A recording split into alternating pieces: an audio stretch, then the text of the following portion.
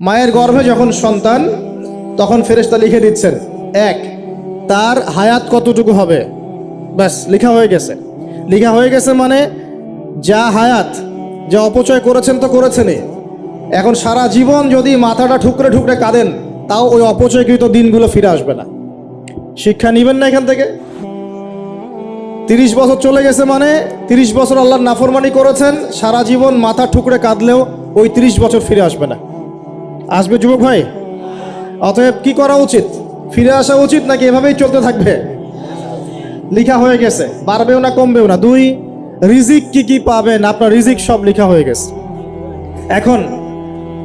এখন আপনারা কি রিজিকটাকে হালাল পথে চাচ্ছেন না হারাম পথে?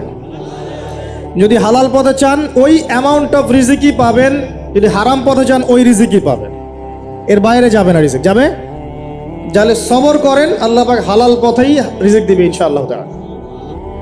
রিজিক বৃদ্ধির জন্য কিছু আমল আছে, তার মধ্যে শ্রেষ্ঠ আমল হচ্ছে নামাজ, এর সাথে চাশতের নামাজ পড়া।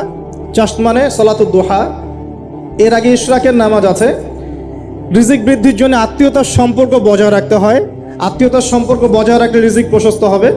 বেশি বেশি যে আল্লাহ জিকির করে এবং কোরআন তেলাওয়াত করে তার রিজিক বাড়ে আলহামদুলিল্লাহ, এবং যে আল্লাহর রাস্তায় খরচ করে তার রিজিক বাড়ে ইনশাআল্লাহ। এই রিজিক বাড়ার কিছু পলিসি আছে। সবচেয়ে শ্রেষ্ঠটা হচ্ছে নামাজ, আল্লাহর জিকির তেলাওয়াত। এরপর আমলের মধ্যে আত্মীয়তার সম্পর্ক বজায় রাখা। নবীজি বলছেন কেউ যদি চায় যে তার রিজিকটা লম্বা হোক, হায়াতটা লম্বা হোক, সে যেন আত্মীয়তার সম্পর্ক বজায় রাখে। আত্মীয়তার সম্পর্ক এখন আস্তে আস্তে নষ্ট হয়ে যাচ্ছে না?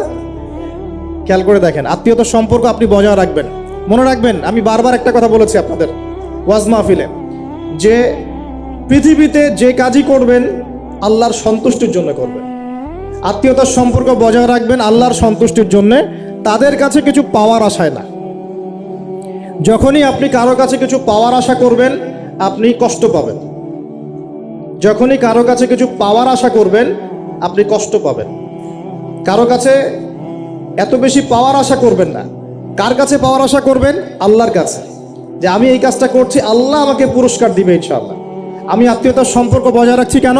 আল্লাহর কাছে রিজিকে বরকতের আশায়, আল্লাহর সন্তুষ্টির জন্য।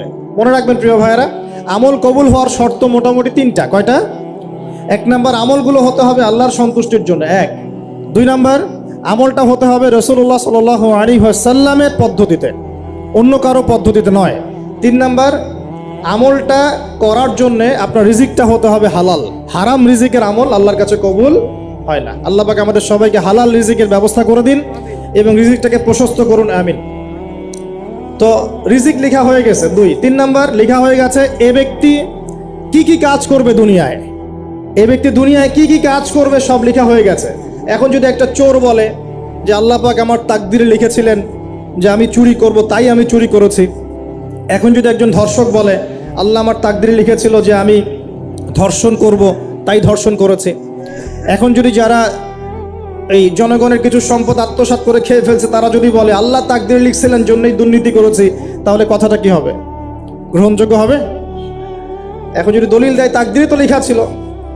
এই আকীদাটার নাম হচ্ছে জাবারিয়া আকীদা। কি আকীদা?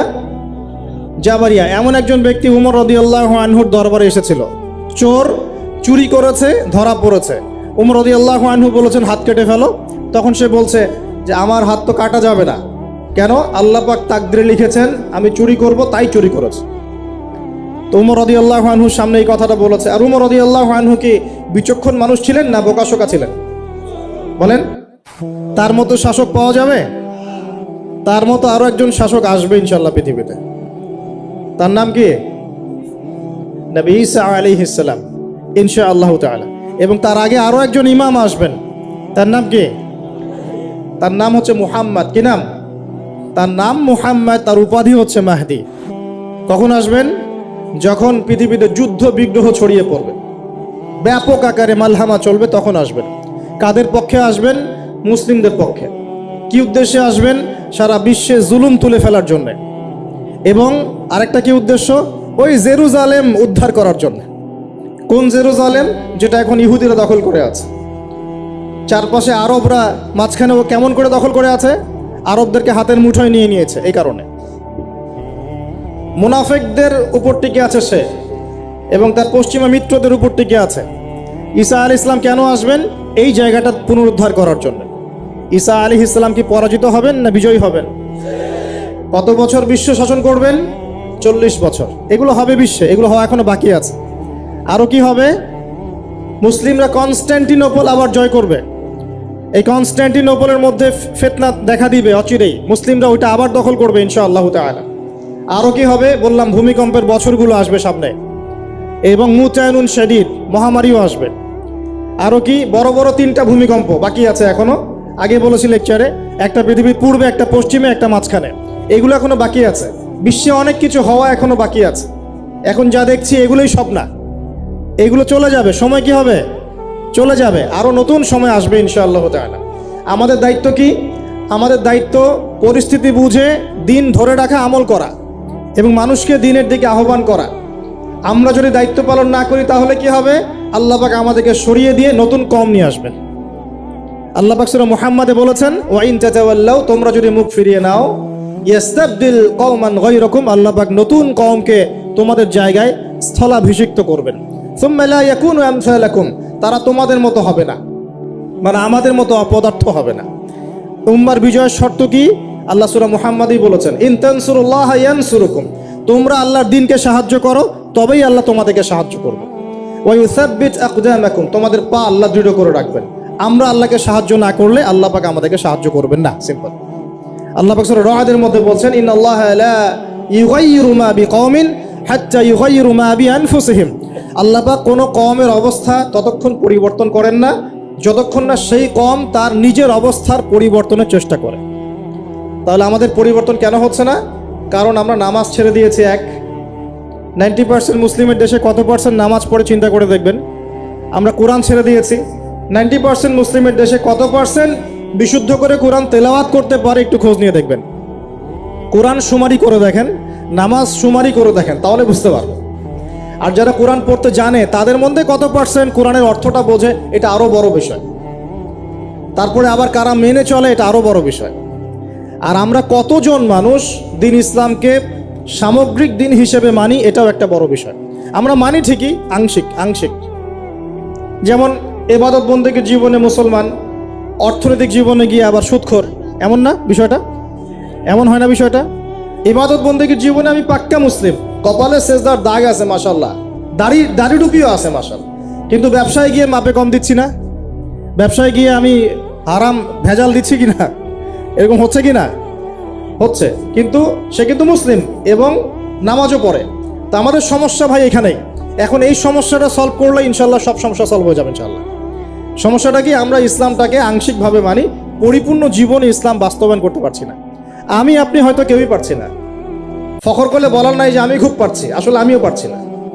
কারণ এই যুগে এটা পারাটা খুব ডিফিকাল্ট। এই যুগে পারাটা কি? খুবই কঠিন। কিন্তু এটাই তো এই যুগের চ্যালেঞ্জ। নবীজি বলেছেন, তোমাদের সামনে এমন যুগ আসছে যে যুগে ঈমান ধরে রাখাটা হাতের মধ্যে আগুন ধরে রাখার মতো হবে। তবে সুসংবাদ ওই যুগে তাদের জন্যে যারা আমার সুন্নতকে আবার জীবিত করতে পারবে, যে আমার মৃত সুন্নতকে জীবিত করবে, আল্লাহ পাক তাকে দুধ মানে প্রেমময়। আল্লাহ পাক ভালোবাসেন কি না? তাহলে এই পুরো মহাবিশ্ব সৃষ্টি করে আল্লাহ পাক কি মহাবিশ্বের মধ্যে ভালোবাসা ছড়িয়ে দেন নাই? আল্লাহ রাব্বুল আলামিন 6 দিনে মহাবিশ্ব সৃষ্টি করে মহাবিশ্বের সব জায়গায় যার যার কাজ তাকে বুঝিয়ে দিলেন। কোন গ্রহ কি কাজ করবে, কোন সৌরজগৎ কেমন করে চলবে, দুনিয়া কিভাবে ঘুরবে, সূর্য কিভাবে উঠবে, চাঁদ কিভাবে আসবে, কোন মাখলুক কি কাজ করবে, ফেরেশতাদের কাজ কি হবে, ইত্যাদি ইত্যাদি। আল্লাহ পাক সমস্ত কাজ বুঝিয়ে দিলেন। সূরা আলিফ লাম মিম সেজদা, হামিম সেজদার মধ্যে আছে, পড়ে দেখবেন। আল্লাহ পাক পুরো মহাবিশ্বের দায়িত্ব বন্টন করে দিলেন। এবার আল্লাহ রাব্বুল আলামিন কি করলেন শোনেন। আল্লাহ রাব্বুল আলামিন বলছেন, এই পুরো মাখলুক কায়নাত সৃষ্টি করার পর আল্লাহ পাক তার রহমতকে 100 ভাগে ভাগ করলেন। কত ভাগে? আল্লাহ পাকের দয়া, রহমত, ভালোবাসাকে 100 ভাগে ভাগ করলেন। ভাগ করে মাত্র এক ভাগ আল্লাহ পাক পুরো মহাবিশ্বে ছড়িয়ে দিলেন। বলেন সুবহানাল্লাহ। বাকি 99 ভাগ রহমত আল্লাহ পাক তার কাছে রাখলেন। এই এক ভাগ ভালোবাসার কারণেই এই যে সন্তান কান্না করলে মায়ের বুক ফেটে যায়, সন্তান অসুস্থ হলে বাবার বুক ফেটে যায়, যেই বাবা সহজে চোখের পানি কাউকে দেখায় না, সেই বাবা জায়নামাজে দাঁড়িয়ে চোখের পানি ছাড়তে থাকে। এই এক ভাগ রহমতের কারণে আমরা দেখি যে রাস্তার কুকুর পর্যন্ত তার বাচ্চাকে চাটে, আদর করে, মহব্বত করে। এই এক ভাগ রহমতের কারণে আমরা আমাদের স্ত্রীদেরকে মহব্বত করি, স্ত্রীকে সুখে রাখার জন্য জীবনটা পর্যন্ত বিলিয়ে দেয়। সকাল থেকে রাত পর্যন্ত কোনো কোনো ক্ষেত্রে হারাম পথে যেতেও দ্বিধা করি না, স্ত্রী সন্তান সুখে থাক এই আশায়, তাই না ভাই? এই এক ভাগ রহমতের কারণে গাভী দেখবেন, গাভী তার বাচ্চাকে প্রসবের পর চাটে, গাটা চেটে পরিষ্কার করে দেয়। এই এক ভাগ রহমতে পুরো কায়নাত টিকে আছে। আর নবী সাল্লাল্লাহু আলাইহি ওয়াসাল্লাম বলছেন বাকি 99% রহমত আল্লাহ পাক তার কাছে রেখেছেন। এই রহমত এবং ভালোবাসা দিয়ে আল্লাহ পাক কিয়ামতের মাঠে মানুষকে মাফ করবে ইনশাআল্লাহ। তার মানে বলেন আল্লাহু আকবার। তার মানে আমরা আশা করতে পারি ইনশাআল্লাহু তাআলা আমরা আল্লাহর জান্নাত পাবো ইনশাআল্লাহ। পাবো কি না? শুধু একটা কাজ যদি উম্মত করতে পারে জান্নাত পাবে। বলে দিব কোনটা? অনেক কাজই আছে কিন্তু স্পেশাল একটা কাজ, একটা। আল্লাহ রাব্বুল আলামিন মেরাজের রাতে তার নবীকে উঠিয়ে নিয়েছিলেন, উঠিয়ে নিয়ে কাছে নিয়ে আসছেন, একদম কাছে, আর যে আরশের কাছাকাছি। নবী সাল্লাল্লাহু আলাইহি ওয়াসাল্লাম বলছেন ওই সময় তার উপর 3টা স্পেশাল ওহী করা হয়েছে। কয়টা? 3টা। একটা হচ্ছে 50 ওয়াক্ত নামাজ। কত ওয়াক্ত? এটা কমতে কমতে কমতে কত ওয়াক্ত হয়েছে? 5। 5কেও কমানোর জন্য কোন নবী বলছিলেন? মুসা আলাইহিস সালাম বলছেন 5ও পারবে না, কমাই নিয়ে আসেন। 5ও যে পারবে না, মুসা আলাইহিস সালাম কেমন করে জানলেন? তার উম্মত 2 ওয়াক্ত নামাজ ফরজ। কয় ওয়াক্ত নামাজ ফরজ ছিল? ওই 2 ওয়াক্ত তার আদায় করতে পারে নাই। এই অভিজ্ঞতা থেকে তিনি বলেছেন যে আপনার উম্মত 5 ওয়াক্ত পারবে না। সত্যি না মিথ্যা কথাটা? আসলেই কি উম্মত 5 ওয়াক্ত নামাজ পড়তে পারছে? আচ্ছা, যাই হোক, আল্লাহ পাক আমাদেরকে পড়ার তৌফিক দান করুন। দ্বিতীয় ওহী হচ্ছে সূরা বাকারার শেষের 3টা আয়াত। কয় আয়াত? সূরা বাকারার শেষের 3 আয়াত ওহী করেছেন কে? আল্লাহ রাব্বুল আলামিন। কোন ব্যক্তি যদি রাতের বেলা সূরা বাকারার শেষের 3টা আয়াত পড়ে সারা রাত ইবাদত করার নেকি পাবে ইনশাআল্লাহ। আর 3 নাম্বারটা হচ্ছে স্পেশাল, সেটা হচ্ছে আল্লাহ পাক বলেছেন, হে মুহাম্মদ সাল্লাল্লাহু আলাইহি ওয়াসাল্লাম, বলেন সাল্লাল্লাহু আলাইহি ওয়াসাল্লাম, তোমার উম্মতের কোনো ব্যক্তি যদি আসমান জমিনের সমান গুনাহ নিয়ে আমার সামনে দাঁড়ায়, আসমান জমিন সমান গুনাহ নিয়ে আমার সামনে দাঁড়ায়, কিন্তু আমার সাথে শিরকের পাপ নাই, আমার সাথে কোনো শিরকের পাপ করে নাই, ইনশাআল্লাহ আমি আল্লাহ তার সামনে আসমান জমিন সমান ক্ষমা নিয়ে হাজির হব ইনশাআল্লাহ। তার মানে আমরা যদি ইনশাআল্লাহ তাআলা শিরকের পাপ থেকে দূরে থাকতে পারি, ইনশাআল্লাহ আশা করা যায় আমরা আল্লাহর সন্তুষ্টি পাবো ইনশাআল্লাহ। এরপর আল্লাহ রাব্বুল আলামিন কি করলেন? আল্লাহ রাব্বুল আলামিন পুরো মহাবিশ্ব সৃষ্টি করে সব দায়িত্ব ভাগ করে দিলেন। ভাগ করে দেওয়ার পরে আল্লাহ পাক জান্নাত জাহান্নাম সৃষ্টি করেছেন কিনা? আচ্ছা, জান্নাত এবং জাহান্নাম কার কার জন্য সৃষ্টি করেছেন বলেন? জিন আর মানুষ। আচ্ছা, এখন জান্নাতের চেয়ে কি শান্তির কোনো জায়গা আছে? আচ্ছা, এই জান্নাত কার জন্য সৃষ্টি করেছেন? জিন আর মানুষ। আচ্ছা, তাহলে আল্লাহ পাক মানব জাতিকে ভালোবাসেন কিনা? ভালোবাসেন কিনা? আপনি যখন কাউকে ভালোবাসবেন তাকে সবচেয়ে সুন্দর গিফট দিতে চাইবেন কিনা? তার জন্য সবচেয়ে ভালোটা কিনতে চাইবেন কিনা? আল্লাহ পাক জান্নাত তৈরি করেছেন কাদের জন্যে? আমাদের জন্য। তার মানে আল্লাহ পাক আমাদেরকে ভালোবাসেন কিনা? অবশ্যই বাসেন। আল্লাহ রাব্বুল আলামিন জাহান্নামও তো সৃষ্টি করেছেন। এখন যদি বলি যে তাহলে আল্লাহ পাক কি আমাদেরকে ভালোবাসেন না, জাহান্নামে কিভাবে দিবেন? উত্তরটা কি হবে তাহলে? উত্তর হচ্ছে এই যে যদি আল্লাহ না করুক কোনো ব্যক্তি জাহান্নামে যায়, তাহলে বুঝতে হবে সেই ব্যক্তি জাহান্নামে যাওয়ার যোগ্য ছিল বলেই জাহান্নামে গিয়েছে। কথা কি বুঝতে পারছেন? আর যদি কোনো ব্যক্তি জান্নাতে যায় তাহলে বুঝতে হবে সেই ব্যক্তির উপর আল্লাহ পাক দয়া করেছেন বলেই সে জান্নাতে গিয়েছে। মানুষ তার আমল দিয়ে জান্নাতে যেতে পারবে না, মানুষ তার আমল দিয়ে জান্নাতে যেতে পারবে না, আল্লাহর দয়া অনুগ্রহ দিয়ে জান্নাতে যাবে ইনশাআল্লাহ তাআলা। আল্লাহ পাক আমাদের সবাইকে সেই দয়া অর্জন করার তৌফিক দান করুন। সামনে রহমত পাওয়ার একটা সুবর্ণ সুযোগ আসছে, সেটা হলো রমজান মাস। কি মাস? রমজান মাস। আমরা দোয়া করি আল্লাহ পাক আমাদের সবাইকে সুস্থতার সাথে রমজানের সবগুলো রোজা রাখার তৌফিক দান করুন। নবীজি বলেছেন এই মাসে যে ইবাদত করে তার গুনাহ মাফ করাতে পারলো না, তার জন্য ধ্বংস। বলেন নাউজুবিল্লাহ। আমরা তো রমজান আসার আগে দুনিয়াবি প্ল্যান করছি, রমজানে কিভাবে ব্যবসায় উন্নতি করব, রমজানে কিভাবে বেশি লাভ করব। হ্যাঁ, তো রমজান মাস হচ্ছে ইবাদতের মৌসুম। আল্লাহ পাক আমাদের সবাইকে রমজান মাসে 5 ওয়াক্ত নামাজ পড়ার তৌফিক দান করুন, কোরআন তেলাওয়াত করার তৌফিক দান করুন, কোরআন বুঝে পড়ার তৌফিক দান করুন, তারাবির নামাজ জামাতে পড়ার তৌফিক দান করুন, এবং বেশি বেশি মানুষকে ইফতার করানোর তৌফিক দান করুন।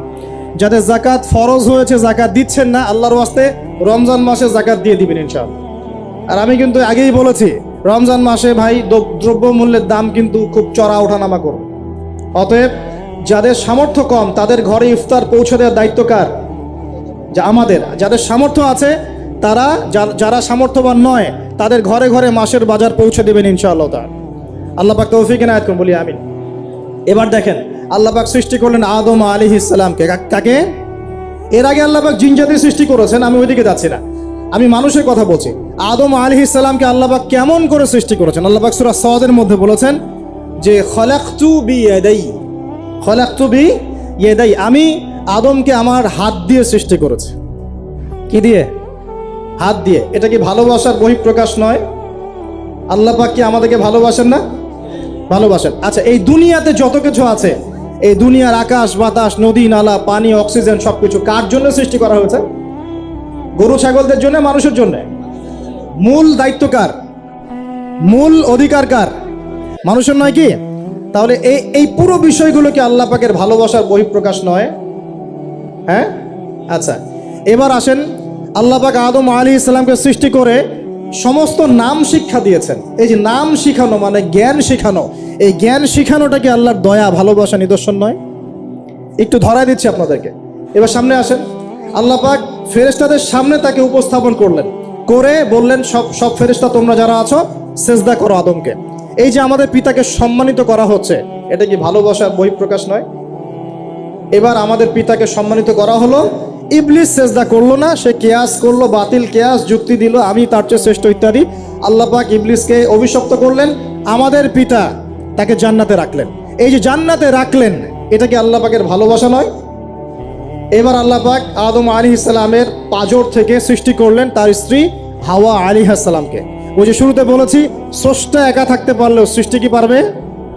এই জন্য আদম আলাইহিস সালামের পাঁজর থেকে তার স্ত্রীকে সৃষ্টি করা হয়েছে, উভয়ের মাঝখানে ভালোবাসা দিয়ে দেওয়া হয়েছে। বলেন সুবহানাল্লাহ। এই জেনা ভালোবাসা নিদর্শন নয়, বিয়ে শাদী হচ্ছে ভালোবাসার নিদর্শন। আল্লাহ পাক বলেছেন সূরা রুমের মধ্যে, ওয়াজআলা বাইনাহুমা মাওয়াজ্জাতা ওয়া রাহমা, আমি আল্লাহ স্বামী স্ত্রীর মধ্যে ভালোবাসা এবং হৃদ্যতা সৃষ্টি করে দিয়েছি। বলেন সুবহানাল্লাহ। তার মানে এই হারাম সম্পর্ক যেটা দেখছেন, এটা হলো একটা জেনার পথ। আর যখন আমরা হালালভাবে বিয়ে শাদী করবেন, আপনারা করবেন, তখন দেখবেন আল্লাহ পাকের পক্ষ থেকে ভালোবাসা সৃষ্টি হয়ে যাবে ইনশাআল্লাহ তাআলা। অতএব ওয়াদা করতে পারি তো আল্লাহর কাছে, নিজের চরিত্রকে পবিত্র রাখবো ইনশাআল্লাহ, হারাম কোনো সম্পর্কে যাব না ইনশাআল্লাহ, কোনো সহি প্রেমেও যাব না ইনশাআল্লাহ। এটা সহি প্রেম আবার কি জিনিস? দিনী ভাই দিনী বোনের মধ্যে এখন প্রেম চলে, এগুলো হয় না মাঝে মাঝে? এগুলোও বন্ধ, এগুলো বন্ধ করতে হবে। হালাল উপার্জনের সোর্স হয়ে গেলেই, হালাল উপার্জনের সোর্স হয়ে গেলেই দিনদার মেয়ে দেখে বিয়ে করে ফেলবেন ইনশাআল্লাহ তাআলা। অন্য কোনো পথে যাবেন না, কোনো হারাম পথে যাবেন না। ওয়াদা করেন ইনশাআল্লাহ? রাজি আছেন তো ইনশাআল্লাহ? আল্লাহ কবুল করুন, আমিন। আর বিয়ের সময় অবশ্যই দিনদারিতা দেখবেন, অন্য কিছু না। অন্য কিছু পরে, দিনদারিতা আগে। দিনদারিতা আছে, নামাজ পড়ে, পর্দা করে, মাশাআল্লাহ সব দিক ঠিক আছে, তারপরে দেখবেন আপনি অন্য কিছু, তার আগে নয়। কথা ঠিক আছে? একইভাবে মেয়েদের ক্ষেত্রেও, যে আগে দেখবেন না ছেলে কত বড় চাকরি করে, ছেলের কত বড় বাড়ি আছে, গাড়ি আছে, এটা পরে। আগে দেখবেন ছেলে নামাজি কিনা, সুন্নত আছে কিনা, ইসলামের জন্য তার সফট কর্নার আছে কিনা, ইসলাম প্র্যাকটিস করে কিনা, এগুলো আগে দেখবেন। এগুলো না দেখলে কি হবে জানেন? বিয়ের 1 বছর 2 বছর পরেই বুঝতে পারবেন দুনিয়াটা জাহান্নাম হয়ে গেছে। নাউজুবিল্লাহ। দুনিয়াতেই তখন জাহান্নামের আযাবের স্বাদ ভোগ করতে হবে। নাউজুবিল্লাহ। আল্লাহ পাক আমাদেরকে হেফাজত করুন, আমিন। তো এই যে আল্লাহ পাক আদম আলাইহিস সালামের পাঁজর থেকে সৃষ্টি করলেন কাকে, এবং ভালোবাসা দিয়ে দিলেন উভয়ের মাঝখানে, এটা কি আল্লাহ পাকের দয়া নয়? আল্লাহ পাক ভালোবাসেন না? এবার দেখেন, গাছের কাছে যেতে নিষেধ করলেন। আমি কিন্তু শর্ট করে বলছি, গাছের কাছে যেতে নিষেধ করলেন, তোমরা জান্নাতে থাকো, খাও, যা ইচ্ছা করো, কিন্তু ওয়ালা তাকরাবা হাদিহিশ শাজারা, এই গাছের কাছেও যাবে না। একটা পরীক্ষা, জাস্ট একটা পরীক্ষা। এখানে কিন্তু বলা হচ্ছে গাছের কাছেও যাবে না, বলা হচ্ছে না যে গাছের ফল খাবে না। ঠিক যেমন আল্লাহ বলেছেন তোমরা জেনার কাছেও যাবে না। আল্লাহ পাক কিন্তু বলেন নাই জেনা করবে না, আল্লাহ পাক বলেছেন তোমরা জেনার কাছেও যাবে না। তো এখান থেকে আমরা এই হুকুমটার কঠোরতা বুঝতে পারি। তো প্রিয় ভাইরা, এখানে আমাদের পিতামাতা শয়তানের প্রলোভনে পড়ে গেলেন। কেন পড়লেন? শয়তান ওয়াসওয়াসা দিল যে আমি কি তোমাদেরকে এমন গাছের কথা বলে দিব যে গাছের কাছে গেলে বা যার ফল খেলে তোমরা চিরস্থায়ী জীবন পাবে এবং তোমরা ফেরেশতা হয়ে যাবে, এরকম কথা বলবো, এবং তোমরা কোনোদিন মরবে না। হাল আদুল্লুকা আলা শাজারাতিল খুলদি ওয়া মুলকিন লা ইয়াবলা, এই দুটো ওয়াসওয়াসা, চিরস্থায়িত্বের ওয়াসওয়াসা এবং অমরত্বের ওয়াসওয়াসা দিয়ে আমাদের পিতামাতাকে নিয়ে গেল। এখন আমাদের পিতামাতা কি ফল খেয়েছিলেন কি খান নাই? আচ্ছা, এখন আল্লাহ পাকের দৃষ্টিতে অন্যায় হয়েছে কিনা? এরপরে আমাদের পিতামাতা কি করলেন? বললেন রব্বানা যালামনা আনফুসানা ওয়া ইল্লাম তাগফির লানা ওয়া তারহামনা লানাকুনান্না মিনাল খাসিরিন। এই যে দোয়াটা তারা করলেন, এই দোয়াটা করার পরে আল্লাহ পাক কি তাদেরকে মাফ করে দিয়েছেন কি দেন নাই? বলেন, কথা বলেন। আল্লাহ পাক মাফ করে দিয়েছেন কি দেন নাই? এই যে অন্যায় করার পরেও আল্লাহ যে ক্ষমা করে দেন, মানে গুনাহ করার পরেও যে আদম সন্তানকে আল্লাহ পাক মাফ করে দেন, এটা কি আল্লাহ পাকের রহমত, দয়া কি নয়? আচ্ছা, এটা আল্লাহ পাকের নিদর্শন ছিল ভালোবাসার। এরপর আল্লাহ পাক দুনিয়াতে পাঠিয়ে দিলেন, কারণ এটা পরীক্ষা। দুনিয়াটা পরীক্ষার জায়গা, পরীক্ষা দিচ্ছি আমরা এখানে। এখন পরীক্ষার ক্ষেত্রে কি আল্লাহ পাক আমাদেরকে একা ছেড়ে দিয়েছেন? আল্লাহ পাক কি আমাদেরকে একা ছেড়ে দিয়েছেন? না, আল্লাহ পাক দুনিয়াতে পাঠিয়ে আমাদেরকে গাইডলাইন দিয়েছেন কিনা, কিভাবে চলতে হবে, কি করা যাবে কি করা যাবে না, কিভাবে চলবো কিভাবে চলবো না। আল্লাহ পাক কি ওহী নাজিল করেছেন কিনা? এই ওহী নাজিল করাটা কি আল্লাহ পাকের রহমত কিনা, আল্লাহ পাকের দয়া কিনা, ভালোবাসা কিনা? আল্লাহ পাক কি একা ছেড়ে দিয়েছেন না নবী রসুল পাঠিয়েছেন? এই যে নবী রসুলদেরকে পাঠিয়েছেন, এই নবী রসুলগণ কি আল্লাহর পক্ষ থেকে রহমত কিনা? বলেন।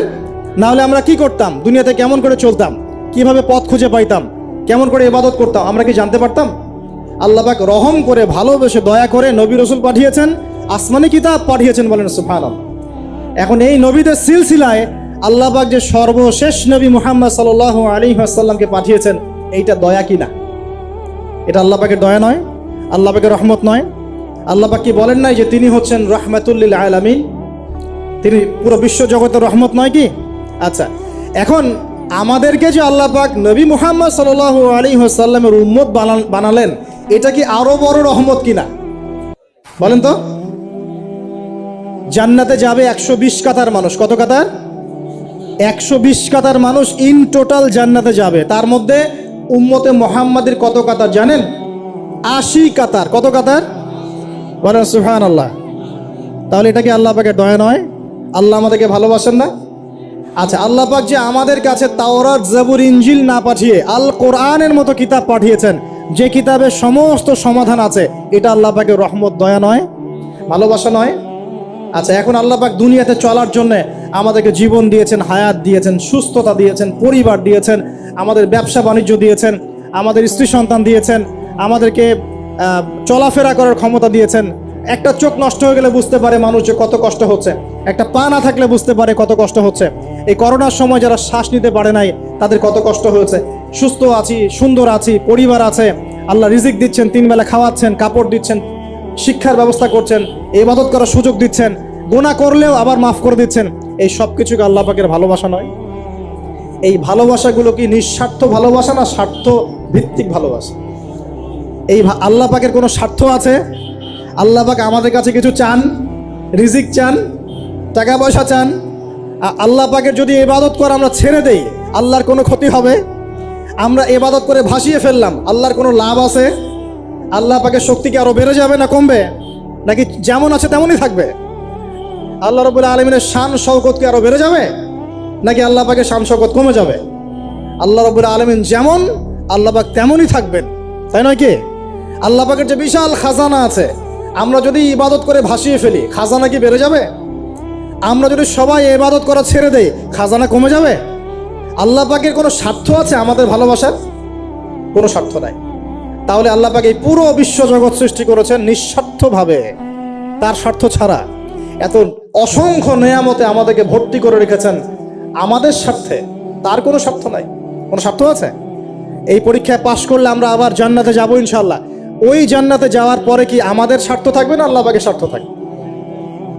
সুবহানাল্লাহ। এই এতটুকু যদি বুঝতে পারি, আল্লাহ পাক একমাত্র সত্তা, যিনি আমাদেরকে প্রকৃত অর্থে ভালোবাসেন। বাকি যত কিছু আছে আমাদের চারপাশে, এই ভালোবাসাগুলোর পিছনে একটা একটা স্বার্থ থাকে। কথা বুঝতে পারছেন না মনে হয়?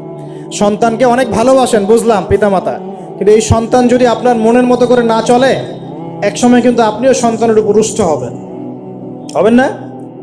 স্ত্রীর জন্য এত কিছু করছেন, দেখবেন কোনো একদিন আপনি করতে পারলেন না, দেখবেন সেদিনই আপনাকে একদম ধুয়ে রেখে দিল একেবারে। এমন হয় কি না? তা আমাদের ভালোবাসাগুলোর পিছনে কোনো কোনো স্বার্থ থাকে কি না? আর এই যে জেনা চলছে, এই জেনার মধ্যে মূল স্বার্থটা কি? যৌনতা। মূল স্বার্থ কি? ছেলেও চায় মেয়েকে ভোগ করতে, মেয়েও চায় ছেলেকে ভোগ করতে, এবং বলে না না এটা পবিত্র ভালোবাসা, আমরা বিয়ে করার জন্যই জেনা করেছি, নাউজুবিল্লাহ। তাই না? বলে না, আমরা তো বিয়ে করব, সমস্যা কি? তো ফ্রি মিক্সিং করলে কি সমস্যা? তাহলে বিয়ে যদি করবা, তাহলে মেলামেশা বিয়ের পরেই করো, ব্যাস, নিঃস্বার্থ প্রমাণ হবে। বিয়ে যদি করার উদ্দেশ্য থাকে, তাহলে বিয়ের আগে আর দেখা সাক্ষাৎ করো না, কথাবার্তা বলো না, একবার বিয়ে করো তারপরে করো, তখন দেখবেন না না এটাতে রাজি না, তার মানে স্বার্থ এখানে আছে। তাহলে নিঃস্বার্থভাবে কে আমাদেরকে ভালোবাসে?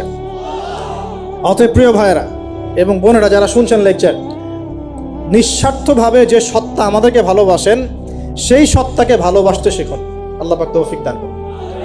এখন আল্লাহ পাক আমাদেরকে কিছু কিছু ক্ষেত্রে ভালোবাসতে বলেছেন, যেমন আল্লাহ পাক তার দ্বীনকে ভালোবাসতে বলেছেন, আল্লাহ পাক তার নবীকে ভালোবাসতে বলেছেন, আল্লাহ পাক আমাদের পিতামাতাকে ভালোবাসতে বলেছেন, আল্লাহ পাক আত্মীয়তার সম্পর্ক রক্ষা করতে বলেছেন, আল্লাহ পাক রক্তের সম্পর্ক বজায় রাখতে বলেছেন, আল্লাহ পাক স্ত্রী সন্তানকেও ভালোবাসতে বলেছেন।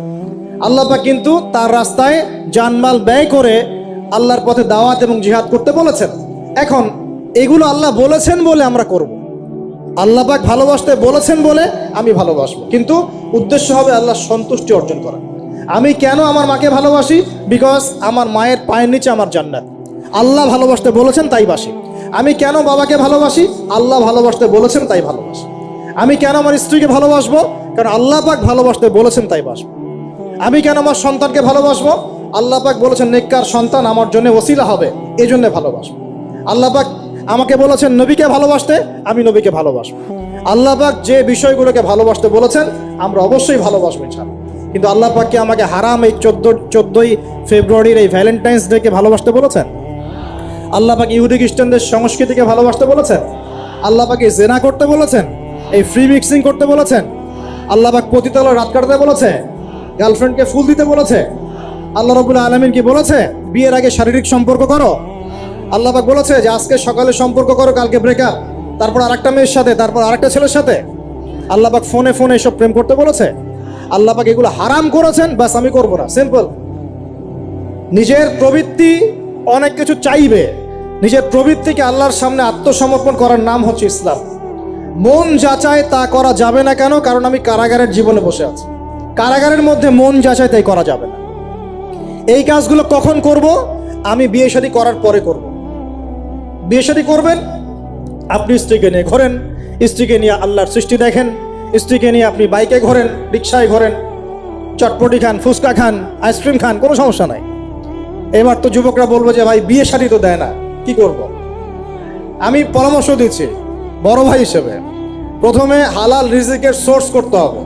রিজিকের সোর্স না করে বিয়ে করা যাবে না, আত্মসম্মান থাকবে না। তাহলে পুরুষ মানুষের আত্মসম্মান কখন চলে যায়? যখন হাত পাততে হয় তখন। যখন আপনি রিজিকের সোর্স তৈরি করেছেন, আপনি স্বাবলম্বী, আপনি মাশাআল্লাহ মাসে 10, 20, 30 হাজার টাকা আর্ন করেন, বা 1 লাখ 2 লাখ টাকা আর্ন করেন, আলহামদুলিল্লাহ, কারো কাছে হাত পাততে হয় না, সবাই দেখবেন আপনাকে সম্মান দিবে। যখন আপনার অন্যের কাছে হাত পাততে হবে, তখন দেখবেন স্ত্রীও সম্মান করছে না। তো এই জন্য ডিগনিটি আগে, ডিগনিটি ফার্স্ট। আপনার ডিগনিটি অর্জন করতে হলে একটা হালাল উপার্জনের সোর্স লাগবে, এক। তারপরে পিতামাতাকে বোঝানোর চেষ্টা করবেন। যদি কাউকে পছন্দ করেও থাকেন, না দেখেই বা শুনে যে হ্যাঁ ওখানে একজন দিনদার মেয়ে ইত্যাদি, তাহলে পারিবারিকভাবে বিয়ের প্রস্তাব পাঠাবেন, নিজে পণ্ডিতি করতে যাবেন না, পারিবারিকভাবে পাঠাবেন। যদি রাজি হয় আলহামদুলিল্লাহ, রাজি না হলে কি নিজে নিয়ে পালাই যাবেন? এই কাজ করতে যাবেন না। ইস্তেখারা করবেন। কি করবেন? ইস্তেখারা, 2 রাকাত নফল নামাজ পড়ে আল্লাহর কাছে দোয়া করবেন। হিসনুল মুসলিম বইটা কিনবেন, ওখানে দেখবেন ইস্তেখারার দোয়া আছে। ইস্তেখারা মানে হচ্ছে আল্লাহর সাথে পরামর্শ করা। আল্লাহ আমি এই কাজটা করতে চাচ্ছি, যদি কাজটা আমার জন্য ভালো হয়, আমার দুনিয়া আখিরাতের জন্য ভালো হয়, আল্লাহ কাজটাকে তুমি সহজ করে দাও।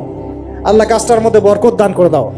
আর যদি এই কাজটা দুনিয়া আখিরাতের জন্য খারাপ হয়, আল্লাহ তুমি কাজটাকে সরায় দাও, আমাকেও কাজটা থেকে সরায় দাও।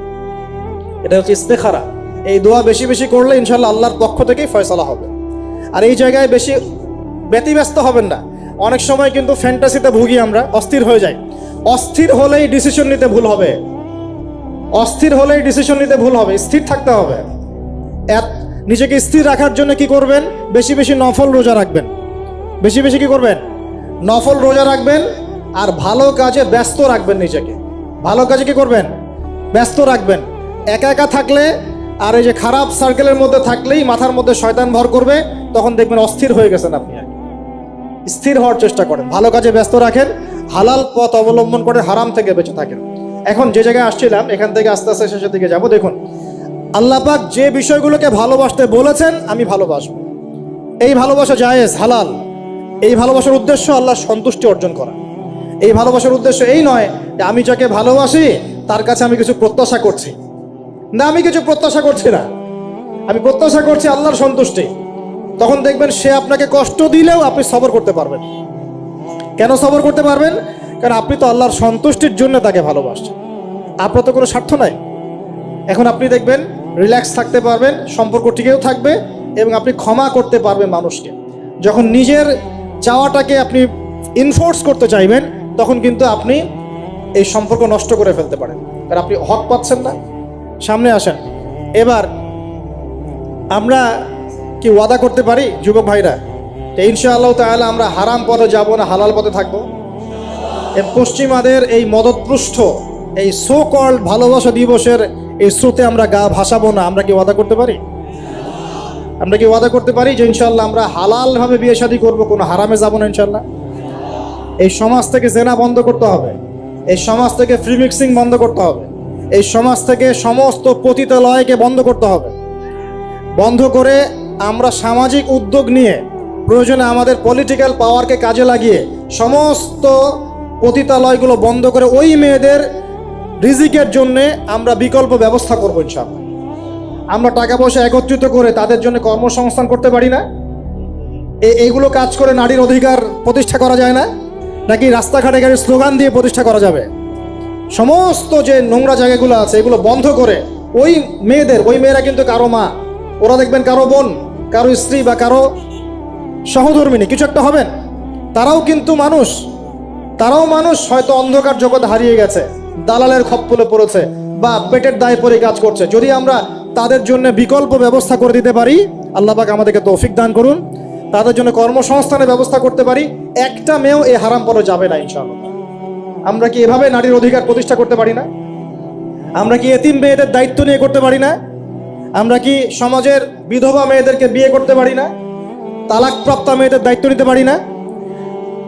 মেয়েদের অধিকার নিয়ে অনেক কথা বলা হয়, কিন্তু এই কথাগুলো থাকে খালি বুলি, বাস্তবতা নাই। বাস্তবে কয়জন ছেলে এতিম একটা মেয়েকে বিয়ে করে দেখিয়েছে? কয়জন ছেলে একটা বিধবা মেয়েকে বিয়ে করার সাহস করেছে? কয়জন ছেলে একটা তালাকপ্রাপ্ত একটা মেয়েকে বিয়ে করে দেখিয়েছে হ্যাঁ আমি তার দায়িত্ব নিলাম? আমরা বুঝতে পারলাম যে আল্লাহ পাক পুরো সৃষ্টি জগৎকে ভালোবাসেন। আল্লাহ পাক আমাকে ভালোবাসেন, আপনাকে ভালোবাসেন বলেই আজকে আপনি এখানে বসে আছেন। আল্লাহ পাক আপনাকে ভালোবাসেন বলেই লক্ষ লক্ষ কোটি কোটি মানুষ এখন জেনা করছে, আজকের দিনে আপনি ওয়াজ মাহফিলে বসে আছেন। আল্লাহ পাক আপনাকে ভালোবাসেন বলেই আপনি আল্লাহকে সিজদা দেওয়ার তৌফিক পেয়েছেন। আপনি লা ইলাহা ইল্লাল্লাহ কালিমা শিখেছেন, আপনি এই যে কোরআন পড়তে শিখেছেন, কোরআন পড়ছেন, হাদিস পড়ছেন, নবীর দ্বীনের প্রতি মহব্বত আছে, আল্লাহ আপনাকে ভালোবাসেন বলেই হচ্ছে। কখন বুঝবেন আল্লাহ আপনাকে ভালোবাসে? যখন আল্লাহ পাকের অনুমোদিত কাজগুলো আপনার ভালো লাগবে। নামাজ পড়তে ভালো লাগছে, রোজা রাখতে ভালো লাগছে, কোরআন তেলাওয়াত করতে ভালো লাগছে, আল্লাহর জিকির করতে ভালো লাগছে, আলেম ওলামার সাথে থাকতে ভালো লাগছে, ঠিক আছে? আল্লাহর হালাল কাজগুলো যখন ভালো লাগবে বেশি বেশি, বুঝবেন আল্লাহ আপনাকে নির্ঘাত মহব্বত করেন। আর যখন আল্লাহ পাকের নিষেধগুলো, হারাম, মদ আমার ভালো লাগে না, জেনা ভালো লাগে না, আমার খারাপ জিনিস দেখতে ভালো লাগে না, খারাপ শুনতে ভালো লাগে না, বুঝবেন আল্লাহ আপনাকে ভালোবাসেন। আর যখন দেখবেন খারাপের পিছনে আপনার ঝোঁক বেশি, দুর্নীতি করতে ভালো লাগে, সুদ খাইতে ভালো লাগে, ঘুষ খাইতে ভালো লাগে, কাউকে ঠকাইলে মনে হয় আমি স্মার্ট হয়ে গেলাম, হ্যাঁ, মানুষের টাকা আত্মসাৎ করতে ভালো লাগে, নামাজ না পড়ে ঘুম দিতে ভালো লাগে, ঠিক আছে, রমজান মাসে বিড়ি টানতে ভালো লাগে, ঠিক আছে, মেয়ের সাথে যে টাঙ্কি মারতে ভালো লাগে, তখন বুঝবেন যে আল্লাহ আপনাকে এখনো ভালোবাসেন, বা আপনি আল্লাহর ভালোবাসা পাওয়ার যোগ্যতা হারিয়ে ফেলেছেন। আল্লাহ পাক আমাদেরকে বোঝার তৌফিক দান করুন। এখন আসি, আল্লাহ পাক এবং তার রাসূল আমাদেরকে এমন কি কি কাজ বলেছেন যেই কাজগুলো করলে আমরা সরাসরি আল্লাহর ভালোবাসা পাবো ইনশাআল্লাহ। জানার দরকার আছে কি নাই? আমি অল্প কয়েকটা কাজ বলে শেষ করছি। এক নাম্বার, আল্লাহ এবং তার রাসূল আমাদেরকে জানিয়েছেন আমরা যদি তাওহীদের উপর থাকতে পারি, একত্ববাদ, লা ইলাহা ইল্লাল্লাহ, আল্লাহর ভালোবাসা পাবো ইনশাআল্লাহ। যে ব্যক্তি শিরকের পাপে লিপ্ত আছে সে আল্লাহর ভালোবাসা পাবে না, যতক্ষণ না সে তওবা করে ফিরে আসছে। অতএব আল্লাহর ভালোবাসা পাওয়ার জন্য এক নম্বর কাজ কি ভাই? আল্লাহর তাওহীদের কালিমা লা ইলাহা ইল্লাল্লাহ এর উপর থাকা, শিরক বাদ দেওয়া। শিরক সম্পর্কে জানার জন্য একটা বই পড়েন, কিতাবুত তাওহীদ। কি নাম বললাম? কিতাবুত তাওহীদ। একটাই পড়েন, দেখবেন ইনশাআল্লাহ শিরক কাকে বলে, কত প্রকার, কি কোন কাজ করলে শিরক হয় সব জানতে পারবেন ইনশাআল্লাহ। এই বইটা একটু কঠিন, এই বইটার ব্যাখ্যা বের হয়েছে, ব্যাখ্যা যুক্ত বই কিনবেন এবং যেগুলো বুঝবেন না ওলামায়ে কেরামকে জিজ্ঞাসা করবেন, কারণ সবগুলো কিন্তু বুঝতে পারবেন। এক নাম্বার। দুই, নবী সাল্লাল্লাহু আলাইহি ওয়াসাল্লামের অনুসরণ করলে আল্লাহ আমাদেরকে ভালোবাসবেন। দলিল, আল্লাহ পাক সূরা আলে ইমরানের মধ্যে বলছেন 31 নম্বর আয়াতে আল্লাহ বলছেন, কুল, হে নবী আপনি বলে দিন, ইন কুনতুম তুহিব্বুনাল্লাহ, তোমরা যদি, হে আদম সন্তান, হে উম্মতে মুহাম্মাদী, তোমরা যদি আল্লাহর ভালোবাসা পেতে চাও, ফাত্তাবিউনি, তোমরা আমাকে অনুসরণ করো। কাকে? আমাকে বলতে কাকে? রাসূলুল্লাহ সাল্লাল্লাহু আলাইহি ওয়াসাল্লামকে। তাহলে কি হবে? ইউহিব্বুকুমুল্লাহ, আল্লাহ পাকও তোমাদেরকে ভালোবাসবেন। বলে সুবহান, আল্লাহ আমাকে ভালোবাসবেন ইনশাআল্লাহ। আর কি? ইয়াগফির লাকুম যুনুবাকুম, আল্লাহ পাক তোমাদের সমস্ত গুনাহ মাফ করে দিবেন। আল্লাহু গফুরুর রহিম, আল্লাহ পাক পরম করুণাময়, অসীম দয়ালু। তার মানে আল্লাহকে পাওয়ার, আল্লাহর ভালোবাসা পাওয়ার দুই নাম্বার কি মাধ্যম? নবী সাল্লাল্লাহু আলাইহি ওয়াসাল্লামের সুন্নত অনুযায়ী জীবন করা। ভাই শুরু করব কোত্থেকে? শুরু করবেন চেহারা থেকে। কোত্থেকে? চেহারায় দাড়ি ছেড়ে দিব ইনশাআল্লাহ, রাজি আছি তো? গোফ ছোট করে ফেলবো ইনশাআল্লাহ, রাজি আছি তো ইনশাআল্লাহ? চেহারায় সেজদার দাগ থাকবে ইনশাআল্লাহ, তার মানে নামাজি হতে হবে, ঠিক আছে? পোশাক পরিচ্ছদ হবে রাসূলুল্লাহ সাল্লাল্লাহু আলাইহি ওয়াসাল্লামের মতো, ঢিলে ঢালা মুত্তাকিদের পোশাক। চুল হবে কার মতো? মেসি নেইমারের মতো নাকি রাসূলুল্লাহ সাল্লাল্লাহু আলাইহি ওয়াসাল্লামের মতো? আমার নবী এইভাবে ওযু করতেন, এইভাবে করব। আমার নবী এইভাবে ইস্তেনজা করতেন, পেশাব পায়খানা করতেন, ওইভাবে করব। এই যে এখনকার ইংলিশ টয়লেট, এই ইংলিশ টয়লেটে বসে নবীর মতো ইস্তেনজা করা যায় না। যাবে? ওলামায়ে কেরামকে জিজ্ঞাসা করেন, নবী সাল্লাল্লাহু আলাইহি ওয়াসাল্লাম বাম পায়ে ভর দিয়ে ইস্তেনজা করতেন। কোন পায়ে? এখন বসেন ইংলিশের উপরে, বাম পায়ে কেমনে বসবেন? সম্ভব? ওই যে আমি বলি, এটা মজা করে বলি, কষ্ট থেকেও বলি, একদম বৈশ্বিক পলিটিক্যাল সিস্টেম থেকে শুরু করে বাথরুমের টয়লেট পর্যন্ত সবকিছুই চলছে পশ্চিমা আদর্শ। এখন সবকিছু, এভরিথিং, একদম বাথরুমের কমোড পর্যন্ত। এখন তো কমোডও উঠাই দিয়েছে, এখন সামনে একটা বালতি রেখে দেয় গামলার মতো, এখানেই পেশাব করতে হয়। দেখেন নাই মনে হয় আপনারা, দেখবেন অচিরেই এগুলো আসতেছে সামনে, দাঁড়ায় বসার কোনো সুযোগ নাই। আর সবগুলো মাপ সমান। আর কারো হাইট যদি 6 ফুট, কারো 5 ফুট হয়, তখন কি হবে? অ্যাডজাস্ট করতে হবে ধরে তখন, নাকি? যুবকরা বুঝতে পারছে, তখন কাউকে লম্বা হতে হবে, কাউকে খাটো হতে হবে, মাপ তো সমান। আর সবার মাপ যদি সমান না হয়, এখন কি হবে? আল্লাহ পাক বোঝার তৌফিক দান। এগুলো শয়তানি না বলেন? শয়তানি না বলেন? বসে ইস্তেনজা করতে হয় না? বসে ইস্তেনজা না, এই পেশাবের ছিটা ফোটার কারণে কবরে আযাব হয় না? আপনারা হাদিসে জানেন না? নবীজি একটা কবরের পাশ দিয়ে যাচ্ছেন, তিনি থেমে গেলেন, থেমে গিয়ে বলছেন এই কবর দুটোতে আযাব হচ্ছে। কি হচ্ছে? কবরের আযাব। তিনি জানলেন কেমন করে? আল্লাহ পাক তাকে জানিয়েছেন, আল্লাহ পাক তাকে খবর দিয়েছেন এই কবর দুটো কি হচ্ছে? আযাব। নবীজি বলছেন এই কবর দুটোতে বড় কোনো পাপের কারণে আযাব হচ্ছে না। সাহাবীরা বলছেন তাহলে কি কারণে হচ্ছে ইয়া রাসূলুল্লাহ? তিনি বলছেন একজন পেশাব পায়খানা করে, স্পেশালি পেশাব করে এই ছিটা ফোটা থেকে সে সতর্ক থাকতো না। পেশাব করে, ওই যে বলেন আমাদের ছেলেরা, প্যান্ট খারাপ ভাই, নামাজে যেতে পারবো না। নামাজে ডাকলে বলে ভাই প্যান্ট নষ্ট। তোমরা ভালো করে হাদিসে শোনো, এই ব্যক্তি বড় কোনো পাপ করে নাই, সে পেশাব করার পরে পবিত্র হতো না, মানে এর ছিটা ফোটা থেকে সাবধান থাকতো না, এই কারণে কবরে আযাব দেওয়া হচ্ছে। বলেন নাউযুবিল্লাহ। অন্য হাদিসে নবীজি বলছেন বেশিরভাগ কবরের শাস্তি পেশাবের ছিটা ফোটার কারণে হয়। আস্তাগফিরুল্লাহ, বলি নাউযুবিল্লাহ। এই টয়লেটগুলোর মধ্যে পেশাবের ছিটা ফোটা লাগে না? তো এই কোরআনের মধ্য দিয়ে আল্লাহর ভালোবাসা পাওয়া যাবে ইনশাআল্লাহ। সর্বশ্রেষ্ঠ নফল আমলের মধ্যে একটা হচ্ছে কি আল কোরআন তেলাওয়াত করা। আল্লাহ পাক আমাদেরকে তেলাওয়াত করার তৌফিক দান করুন। 3টা বললাম। 4 নাম্বার, বেশি থেকে বেশি আল্লাহর জিকির করা। কি করা ভাই? চলতে ফিরতে উঠতে বসতে অলওয়েজ সুবহানাল্লাহ, আলহামদুলিল্লাহ, লা ইলাহা ইল্লাল্লাহ, আল্লাহু আকবার, লা হাওলা ওয়ালা কুওয়াতা ইল্লা বিল্লাহ, এগুলো চলতে থাকবে। ঠিক আছে ইনশাআল্লাহ?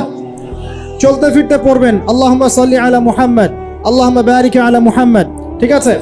হাসবি আল্লাহ ওয়া নি'মাল ওয়াকিল, রাদিতু বিল্লাহি রাব্বান ওয়া বিল ইসলামি দীনান ওয়া বি মুহাম্মাদিন নাবিয়্যা। যত জিকির আজগার আছে চলতে ফিরতে অলওয়েজ পড়তে থাকবে। লা ইলাহা ইল্লাল্লাহ ওয়াহদাহু লা শারীকা লাহু, লাহুল মুলক ওয়া লাহুল হামদ ওয়া হুয়া আলা কুল্লি শাইইন কাদির। আস্তাগফিরুল্লাহাল্লাযী লা ইলাহা ইল্লা হুয়াল হাইয়ুল কাইয়ুম ওয়া আতুবু ইলাইহি, লা হাওলা ওয়া লা কুওয়াতা ইল্লা বিল্লাহ। এগুলো পড়তে থাকবেন। যে যত বেশি আল্লাহর জিকির করবে তার কলবে আল্লাহ তত বেশি নূর দিবেন ইনশাআল্লাহ। আর যার কলবে যত বেশি নূর সে তত বেশি আল্লাহর ভালোবাসা মহব্বত পাবে ইনশাআল্লাহ। কয়টা বলছি ভাই? 4টা। 1 নাম্বার কি ছিল? তাওহীদ। 2 নাম্বার নবীর সুন্নত। 3 নাম্বার বলেন কোরআন তেলাওয়াত করা। 4 নাম্বার বেশি বেশি আল্লাহর জিকির করা। 5 নাম্বার স্পেশালি 5 নাম্বার বেশি বেশি আল্লাহর কাছে তওবা করা। কি করা? যে আল্লাহর কাছে তওবা করে আল্লাহ তাকে মহব্বত করেন। আলহামদুলিল্লাহ, যে আল্লাহর কাছে তওবা করে আল্লাহ তাকে মহব্বত করেন। আমাদের নবীজি প্রত্যেক দিন 70 থেকে 100 বার আল্লাহর কাছে তওবা করতেন। বলেন সুবহানাল্লাহ। পারা যাবে তো ইনশাআল্লাহ? 6 নাম্বারটা হচ্ছে বেশি বেশি নামাজ আদায় করা। কি করা? আল্লাহকে পাওয়ার জন্য শ্রেষ্ঠ মাধ্যম হচ্ছে সেজদা করা। কি করা? আর সেজদা করা হয় সবচেয়ে শ্রেষ্ঠভাবে নামাজের মধ্য দিয়ে। কিসের মধ্য দিয়ে? ওয়াদা করতে পারি তো ইনশাআল্লাহ 5 ওয়াক্ত নামাজ পড়বো রেগুলার। কোন রকম যদি বাধ্যবাধকতা না থাকে, ওজন না থাকে, তাহলে মসজিদে গিয়ে পড়বো ইনশাআল্লাহ। পারবো তো ইনশাআল্লাহ? রমজান মাসে নামাজ শক্ত করে ধরবো ইনশাআল্লাহ। ঈদের পর ছেড়ে দিব ইনশাআল্লাহ। ঈদের পর ছেড়ে দিব কি? ঈদের পরেও ধরে রাখতে হবে ইনশাআল্লাহ তাআলা। আমাদের সমাজে মাশাআল্লাহ রমজান মাসে সবাই পাক্কা মুসল্লি হয়ে যায়, তাই না? কারণ শিকল দিয়ে বাধা থাকে শয়তান, শয়তানও মুক্ত হয়। ঈদের দিন ঢাকঢোল ধুমধারাক্কা গান বাজা শুরু হয়, তাই না? আল্লাহর ওয়াস্তে রমজানের শিক্ষাগুলো ধরে রাখবো ইনশাআল্লাহ তাআলা। আমরা সবাই 5 ওয়াক্ত নামাজ আদায় করবো ইনশাআল্লাহ রমজান মাসে। আর দৈনিক কমপক্ষে 12 রাকাত নফল নামাজ পড়বেন। সুন্নত বা নফল 12 রাকাত কমপক্ষে। কিরকম 12 রাকাত? ফজরের নামাজের আগে 2, জোহরের আগে 4, পরে 2। ঠিক আছে? 6 আর 2 8 হলো। মাগরিবের পরে 2, এশার পরে 2। এই 12 রাকাত নামাজ যে দিনের বেলা পড়ে, মানে একদিনে 24 ঘন্টায় পড়ে, আল্লাহ পাক তার জন্য জান্নাতে একটা করে ঘর নির্মাণ করেন। এই হাদিস জানতেন? দৈনিক 12 রাকাত সুন্নত বা নফল পড়লে আল্লাহর কাছে একটা করে জান্নাতে ঘর পাওয়া যাবে ইনশাআল্লাহ। আর জান্নাত উর্বর জায়গা। আপনি যদি চান আপনার জায়গায় বেশি বেশি গাছ লাগাতে, খালি পড়বেন সুবহানাল্লাহিল আযীম ওয়া বিহামদিহি, সুবহানাল্লাহিল আযীম ওয়া বিহামদিহি। একটা একটা করে খেজুর গাছ জন্মাবে ইনশাআল্লাহ তাআলা। বলবেন সুবহানাল্লাহি ওয়া বিহামদিহি, সুবহানাল্লাহিল আযীম। আর বলবেন সুবহানাল্লাহিল আযীমি ওয়া বিহামদিহি। জান্নাতে গাছ রোপণ হবে ইনশাআল্লাহ তাআলা। এটা গেল 6 নাম্বার, নামাজ বেশি বেশি পড়া। 7 নাম্বার, জি বলছি, 7 নাম্বারটা হচ্ছে, আমি আর 4টা বলে শেষ করছি। 7 নাম্বারটা হচ্ছে যে সৃষ্টির সেবা করা। কি করা ভাই? একটা হাদিস আছে যে ইরহামু মান ফিল আরদ ইয়ারহামুকুম মান ফিস সামা। তোমরা জমিনবাসীর প্রতি রহম করো, আসমানবাসী তোমাদের উপর রহম করবে ইনশাআল্লাহ। আল্লাহর ভালোবাসা পাওয়ার অন্যতম মাধ্যম হচ্ছে জমিনবাসীর প্রতি রহম করেন। মুসলিম অমুসলিম সবাই মানুষ কিনা? যারা আমাদের সাথে যুদ্ধে লিপ্ত নাই তারা তো আমাদের ভাই নাকি? যারা যুদ্ধে লিপ্ত আছে এরা শত্রু হতে পারে, যারা যুদ্ধে লিপ্ত নাই তারা তো আমাদের ভাই নাকি? তাদের বিপদ আপদে পাশে দাঁড়াবো না? একটা প্রাণীর অধিকার যদি আপনি রক্ষা করেন, একটা বিড়ালকে পানি না দেওয়ার অপরাধে এক মহিলা জাহান্নামে গিয়েছে, আর একটা কুকুরকে পানি পান করানোর সওয়াবের এই কাজের বিনিময়ে এক মহিলা জান্নাতে গিয়েছে। সুবহানাল্লাহ। তো পশু পাখির অধিকার যেখানে ইসলাম কথা বলেছে, এখানে পুরো মাখলুকের প্রতি আমাদের রহম দিল থাকতে হবে। আমাদের সবাইকে দয়া ভালোবাসা দেখাতে হবে ইনশাআল্লাহ। আল্লাহ পাক আমাদেরকে ভালোবাসবেন ইনশাআল্লাহ। 8 নাম্বারটা কি? এটাই বেশি ইম্পর্টেন্ট। শোনেন, 8 নাম্বারটা হচ্ছে আল্লাহর জন্য কাউকে ভালোবাসা, আল্লাহর জন্য ঘৃণা করা। একটা এই যে হাদিসগুলো পড়তে পড়তে আমি আসলাম গাড়িতে, আল্লাহ পাক বলেছেন, শোনেন, আল্লাহ পাক বলেছেন কিয়ামতের মাঠে আল্লাহ পাক বলবেন, নিজেই বলবেন যে আইনা আইনা মুতাহাবুনা লিজালালি, আমার ইজ্জতের জন্য যারা পরস্পরকে ভালোবাসতো এরা কোথায়? আল্লাহ পাক ঘোষণা করবেন কোথায় তারা, যারা আমার জন্য পরস্পরকে ভালোবাসতো। আল্লাহ বলবেন আলিয়াউমা, আজকে আজিল্লুহুম, আমি ওদেরকে ছায়া দিব, ফি জিল্লি, আমার আরশের ছায়ায়। বলেন সুবহানাল্লাহ। ইয়াউমা লা জিল্লা ইল্লা জিল্লি, যেদিন আমার এই আরশের ছায়া ছাড়া অন্য কোনো ছায়া থাকবে না। মানে কিয়ামতের মাঠে আল্লাহর আরশের ছায়া ছায়া পাবে কারা? যারা পরস্পরকে আল্লাহর জন্য ভালোবাসতো। আলহামদুলিল্লাহ, এই যে আমরা এখানে আছি, আমরা কি একে অপরকে আল্লাহর জন্য ভালোবাসি না? আমি কি আপনাদেরকে চিনি? আপনারা কি আমাকে চিনেন? এই যে আপনারা আলেমুল আমাদেরকে ভালোবাসেন, ইসলামকে ভালোবাসেন, কিসের জন্য বাসেন? আল্লাহর জন্য। এই আল্লাহর জন্য যারা পরস্পরকে মহব্বত করে, আল্লাহ পাক তাদেরকে আরশের ছায়ায় ছায়া দিবেন ইনশাআল্লাহ। আরো একটা নেকি আছে, বলবো? শোনেন, আরেকটা হাদিসে আসছে কিয়ামতের মাঠে স্পেশাল কিছু মিম্বর থাকবে। মিম্বর চিনেন? যেখানে দাঁড়ায় ইমাম সাহেব খতিব খুতবা দেয়, এরকম মিম্বর থাকবে। এই মিম্বরগুলো হবে নূরের মিম্বর। কিসের? নূর মানে কি? আলো, আলো, আলো, নূরের মিম্বর থাকবে। ওই কিয়ামতের মাঠে কি আলো থাকবে? এমনিতে মাঠটা তো অন্ধকার। ওই অন্ধকার মাঠে নূরের মিম্বর আল্লাহ পাক দিবেন কাদেরকে? যারা পরস্পরকে এই আল্লাহর জন্য মহব্বত করত। আর নবীগণ, শহীদগণ তাদের দিকে তাকায় থাকবে। তাকায় নবীগণ, শহীদগণ পর্যন্ত এই মানুষগুলোকে দেখে ঈর্ষা করবে, কাশ আমরাও যদি এমন হতে পারি। চিন্তা করেন, আল্লাহর জন্য পরস্পর মহব্বতকারীদেরকে আল্লাহ পাক এমন সম্মান দিবেন যেটা দেখে নবীগণ পর্যন্ত ঈর্ষা করতে থাকে। তাহলে আমরা কি আল্লাহর জন্য পরস্পরকে মহব্বত করতে পারি কিনা? এটা হলো 8-9 নাম্বার। আল্লাহর জন্যই ঘৃণা করতে হবে। আল্লাহর জন্য ঘৃণা কেমন? যেমন কেউ ইসলামকে পছন্দ করে না, কটূক্তি করে, ইসলামের এইটা ভালো না, ওইটা ভালো না, ইসলামের সাথে দুশ্মনী করে ভিতর থেকে বাহির থেকে, আপনি ওদেরকে ভালোবাসতে পারবেন না। যদি আল্লাহর দুশ্মনদের সাথে আপনার ভালোবাসা থাকে, তাহলে আপনিও আল্লাহর দুশ্মনের কাতারে অন্তর্ভুক্ত হয়ে যাবেন। এখন বলেন দেখি, সারা বিশ্বে ইসলামের দুশ্মন কারা? বলেন।